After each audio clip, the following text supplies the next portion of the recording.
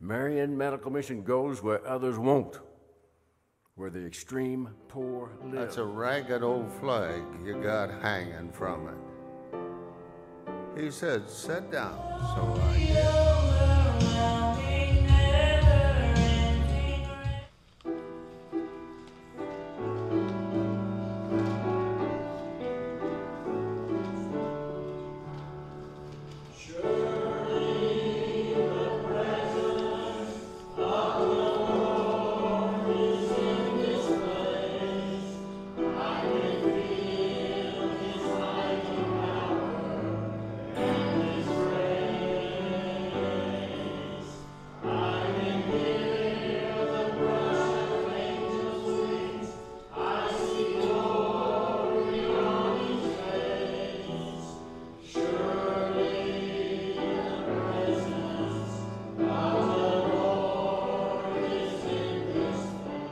I just come to you this morning to speak just about Memorial Day. You know, we celebrate Memorial Day by we put flowers on Mom's grave, Grandma's grave, my brother's grave, wherever, and we use flowers here. And but in the military, they use flags primarily, and this history of the Memorial Day goes back to the Civil War. After the Civil War was over, 1868, John A. Logan gave the opinion that we ought to have a national day to honor our fallen comrades. Now, of course, this was to honor comrades on either side of the program. So it became a yearly thing. But then they called it Decoration Day. Now, most of us grew up as kids. That was it, Decoration Day. But after World War I, it was decided that they would change the name of it because they wanted to honor all wars, the deceased military people, and they changed the name at that time to Memorial Day. And bear in mind, we're still talking about military deaths, people who have fought in wars. Well, in 1971, during the term of Richard Nixon, they made it a national holiday, always to be served on the last Monday in May. So that's coming up to us tomorrow. And the big military cemeteries, such as the National Cemetery in Washington, D.C., each of those have a flag on the remains of a fallen soldier. And most other national cemeteries do the same thing. And we want to remember, though, that we have a lot of people out there. But the primary thing here is the American flag for our military. And we have Memorial Day tomorrow. We have National Flag Day coming up on June the 14th. And then we have the 4th of July. We celebrate all of these with flags. So I just want to tell you about a flag. I walked through the county Courthouse Square on a park bench. An old man sat there. I said, your courthouse is getting kind of run down. He said, well, it'll do for our little town. That flagpole, it's leaning quite a bit. That's a ragged old flag you got hanging from it. He said, sit down. So I did. Is this your first visit to our little town?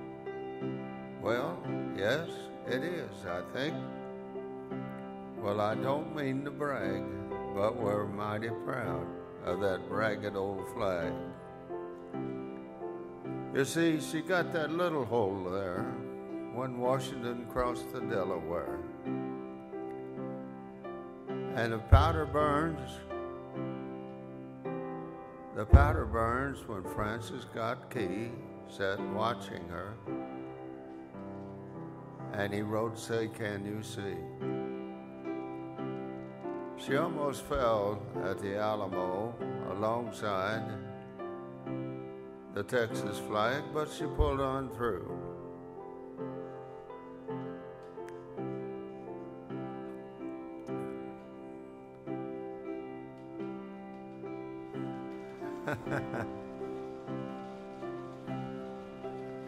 That helped to hear? Okay. The Texas flag, and she almost fell down. And she got that little cut there at Chancellorsville, and then again at Shiloh Hill. Robert E. Lee, Bragg, South wind blew hard on that ragged old flag. Flanders Field in World War I, she got that big hole from a Bertha gun.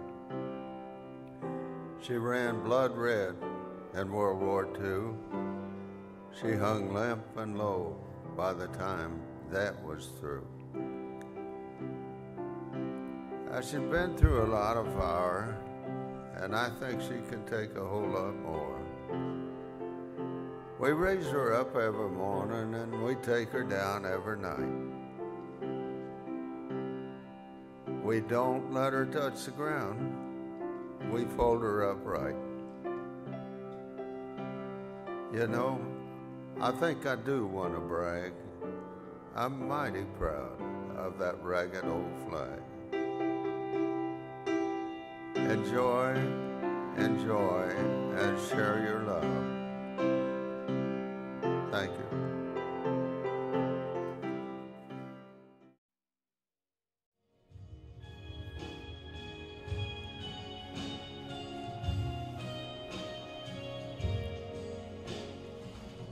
Before I spoke a word, you were singing over me. So good to me. Before I took a breath, you breathed your life in me. You have been so kind to me. Oh, the overwhelming, never-ending, reckless love of God. Oh, it chases me down right till I'm complete to 99. And I couldn't earn it, and I don't deserve it, till you give yourself away. Oh, the overwhelming, never-ending, this love of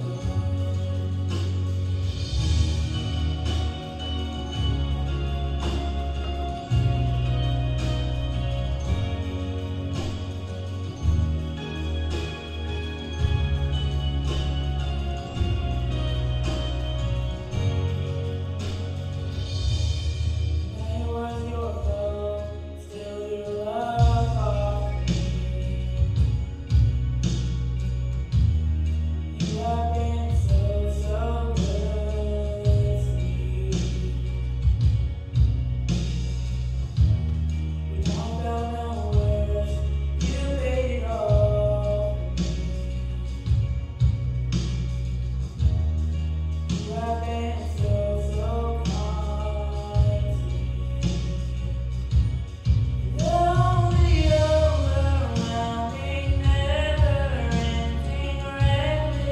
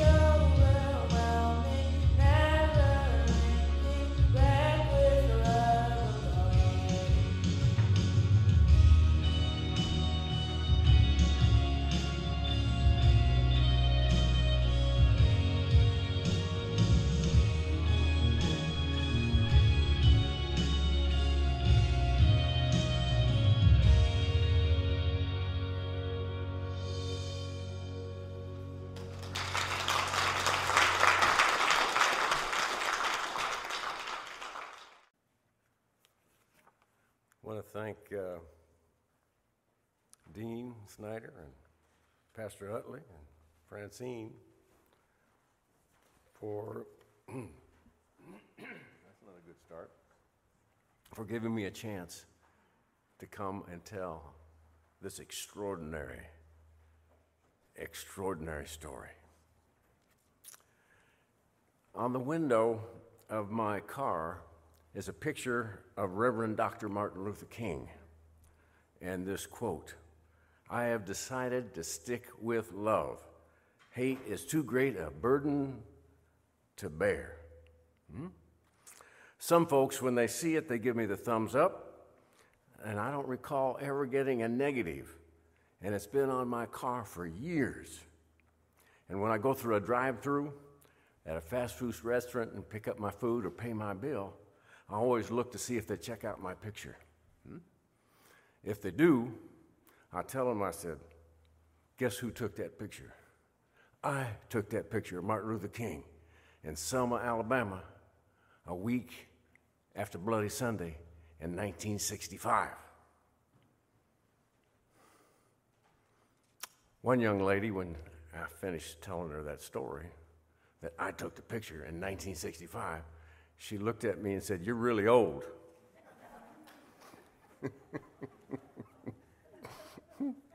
I guess I am. How in the world did that happen? How have I lived so long? Love your neighbor as yourself. Not just love your neighbor. Jesus says loving your neighbor as yourself is like loving God, the first and the greatest commandment. Not the suggestion, it's a commandment. This means, as Reverend Dr. Martin Luther King saying, I must not ignore the wounded man on life's Jericho road because he's a part of me and I am a part of him. His agony diminishes me and his salvation enlarges me. Marion Medical Mission is an ecumenical Christian, frontline, hands-on, volunteer, nonprofit organization that works in Africa. Do you know that you can put the United States inside Africa 3 times and have room left over? 50% of the hospital admissions in sub-Saharan Africa are because of waterborne diseases. And sub-Saharan Africa has the highest under 5 mortality rate in the world, 15 times higher than in high-income countries. Marion Medical Mission builds drinking water wells in the rural villages in Malawi, Zambia, Tanzania, and Mozambique. Also understand that the majority of the population in these countries live in the rural areas. And they live in the rural areas because there's no jobs. And if they're going to eat, they need to grow it. Marion Medical Mission is proof that you can't accomplish anything meaningful alone. Proof of the power of loving your neighbor as yourself. It's not enough to analyze the world as is and ask why. As William Sloane Coffin has said, we need to also imagine the world as it could be, should be, and ought to be, and ask why not. Think about it. Think about it. Building wells that provide safe drinking water in African villages 8,500 miles away, where there is no electric power, where many times there are no roads or bridges. Francine knows. Marion Medical Mission goes where others won't, where the extreme poor live, where there is cholera and little to no medical care. The struggles and the battles faced year after year after year are unreal. The obstacles should have stopped us time and time again. Fuel shortages, storms, floods, earthquakes, famine, truck accidents, injuries, gunfire, and death. Yet each and every year, we've exceeded our impossible goal. We have built more sustainable wells in the rural villages of sub-Saharan Africa than anyone. The United Nations, UNICEF, you name them. Marion Medical Mission built a record 3,413 wells. You hear me? 3,413 wells in 2021 during the pandemic. And we built them again where the poor are, where no one else will go. Impossible. Think about it. In 2022, that's last year, all right? In February, our board approved a goal of building 3,000 wells. That meant needing to raise funds for 3,000 wells. Now, that was in February. By the time I got to Malawi in September, Mr. Kosa and company and the other program coordinators, they'd increased the goal to 3,450. The day after our goodbye celebration in Malawi on October the 14th, Mr. Kosa told me that they had the capacity to build an additional 405 wells. And he needed to do it if we possibly would allow it because of cholera. They had a terrible cholera outbreak. That increased the number of wells we built last year to 3,855.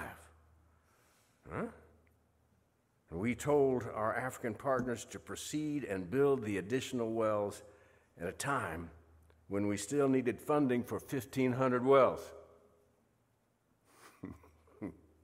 This is not how other organizations operate. How many other NGOs, the United Nations, or whomever would be willing or able to increase the number of wells that they plan to build by 28.5%, adding an additional 855 wells? What other organization could? What other organization would make the decision immediately, on the ground, in the moment, and have the infrastructure in place to do it? Now understand, our wells mean the children will no longer die from waterborne diseases. Our wells mean the village people will be healthier and able to work longer in their fields producing more food. And that means what? Less starvation. Not just the year that the well is built, but the next year and the next year and the next year and the next. Over the past 32 years, Marion Medical Mission has built almost 50,000 wells, providing an estimated 5 million people with a sustainable source of safe drinking water. And at each and every well, the village people are told that their well is special because Christians in the United States shared the love of Jesus with them. Now, what do these people think about Christianity? And what do these people think about the United States? Sharing the love of Jesus is the best defense against war and terror. But we forget. We forget, and sometimes trust the sword more than the cross. Now, I've got a little video of some pictures. These are pictures that I took, all except the first 7 I took in September and October of last year. That's just a few months ago. So if we can turn the lights down, it might help a little bit.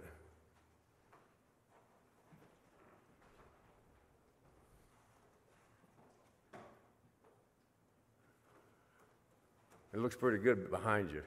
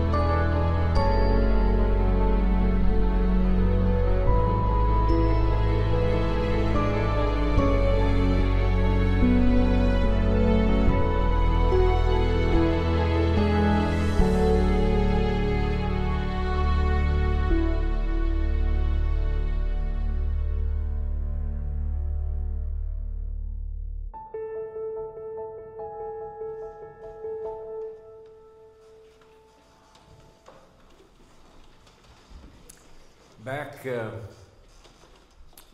the 1990s, when our well program started in Malawi, we were told, you can't build wells in Iutini. The roads are no good. It's too far.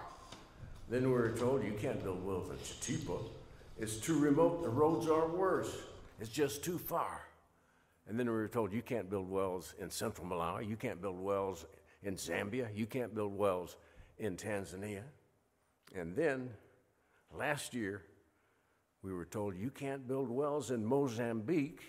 It's not safe. Yet last year, we went into Mozambique to expand our well program. Now, Mozambique is a country where attacks by militant groups are common, and human rights groups have reported extensive destruction. But our experience, however, was very good, truly extraordinary, and it seems a perfect fit for Marion Medical Mission.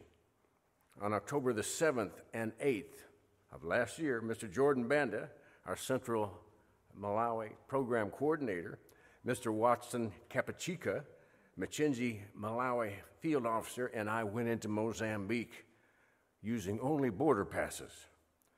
Jordan got me one because I didn't have a visa, and so my passport was useless. Now understand, a border pass is how people who live along the border are able to visit their relatives. Now initially, the Mozambican official, the border guard, didn't want to allow me in because he didn't believe I had relatives living in the area. Jordan Banda went and got the paramount chief, the chief of the chiefs, the traditional authority. He was waiting, along with a number of other people, for us to come across the border. The chief went to the border guard and he explained very clearly that wells had been built in Mozambique to provide their people with safe drinking water, and we had the pumps in our pickup trucks. And he looked at the border guard and he said, you will let him in, leaving no room for any discussion. The Mozambique official changed his mind. We met with the traditional authority, the group village headmen, local pastors, government officials, and then together we installed 13 pumps on 13 wells in 2 days. There were large, enthusiastic crowds, lots of people at each and every well, and the joy and the excitement and the love. You should have been there. Watson Kapachika, the field officer who went into Mozambique with us, sent me a devotional that he'd written a couple weeks ago. It said, in part, Marion Medical Mission has been providing clean water for the past 33 years. Last year, we took a step further by penetrating into Mozambique. Indeed, we have overcome challenge after challenge. We shall never stop. Currently, 50 new wells are slated to be constructed and installed this year as a permanent solution to the water crisis in some of the communities in Mozambique. The wells shall save lives by curbing waterborne diseases. This might sound as a surprise, but a village of 17 households perished from cholera disease during the past rainy season, leaving behind only 3 survivors. There is new hope for the communities of Mozambique. We thank the Lord for assisting the needy and helpless communities at their darkest hour. Amen, Mr. Kapachika. The well program has expanded almost every year. And this year we're expanding in Tanzania in Songea district and in Zambia in Patuka district. And we're also expanding in Malawi in the Kota South towards Dedza and Salima. And of course, we'll be going back into Mozambique. We cover over 60,000 square miles.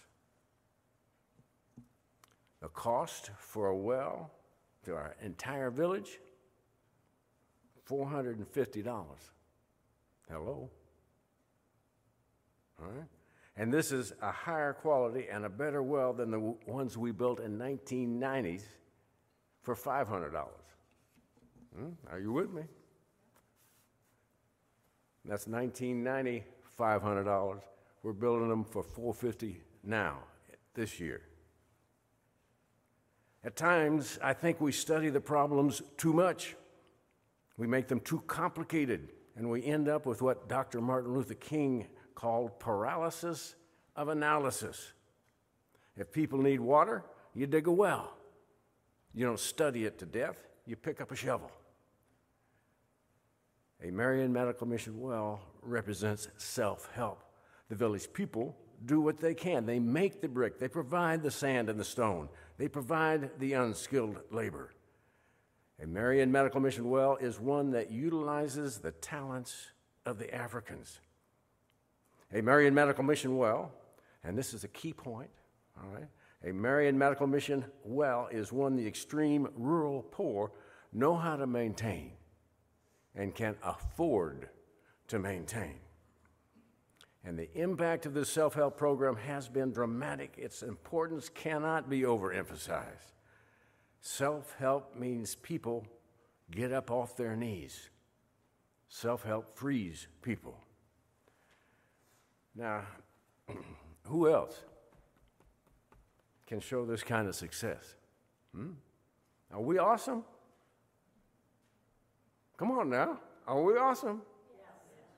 Careful. Careful. It's not us, lest we forget it is God working through us. Too often we find ourselves saying, hold on, God, just a minute. Let me count my troops. Let me see if I can do this. Hello? The point is, let's be clear. We cannot. We are in way over our heads, beyond what we can do by ourselves. Yet understand, this is where God has called us to be, so that His light shines brighter.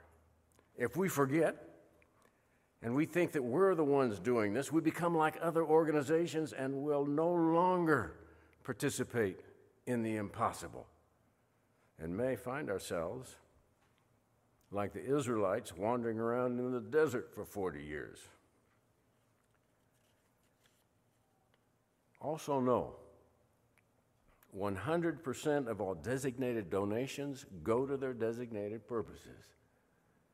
And 100% of all undesignated donations go to the mission field in Africa without the cost of a stamp being deducted. This